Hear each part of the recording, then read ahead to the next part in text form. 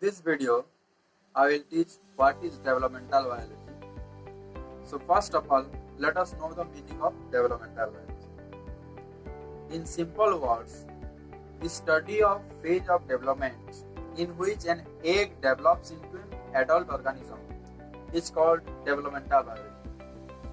If we go more precisely, then the meaning of developmental biology in amphibia, birds and mammals differs slightly.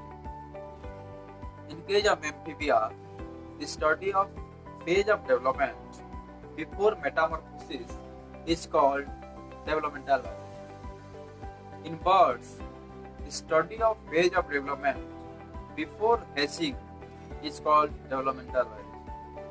In case of mammals, the study of phase of development before birth is called developmental biology. So far, we understand what is developmental biology.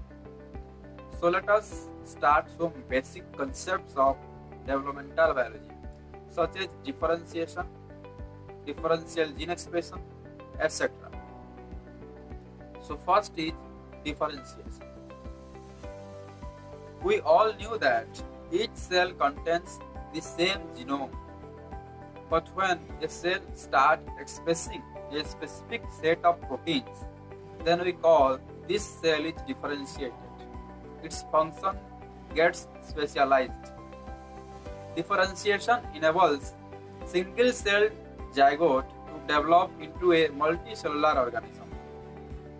Differentiation helps the single-cell zygote to develop various types of cells from a single type of cell. Due to differentiation, the shape, size and metabolic activity of the cell dramatically changes. So we understand what is differentiation. Now let us know what are the types of differentiation.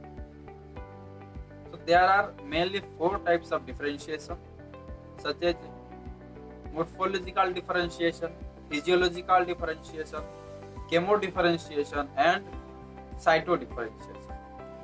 So let us see the first, the morphological differentiation.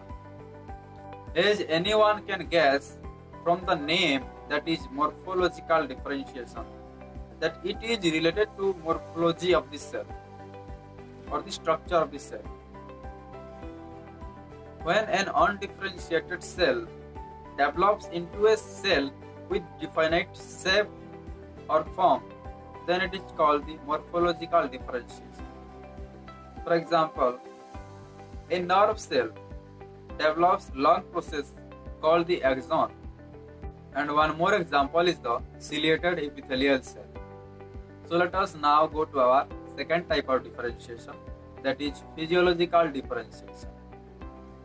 The earliest embryonic cells are same, but gradually after differentiation, the cells gain special ability to perform special functions.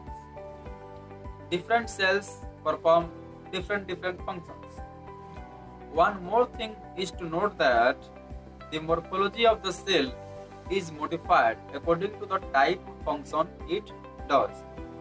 For example, the long process of nerve cell, the axon, conduct nerve impulse to long distances.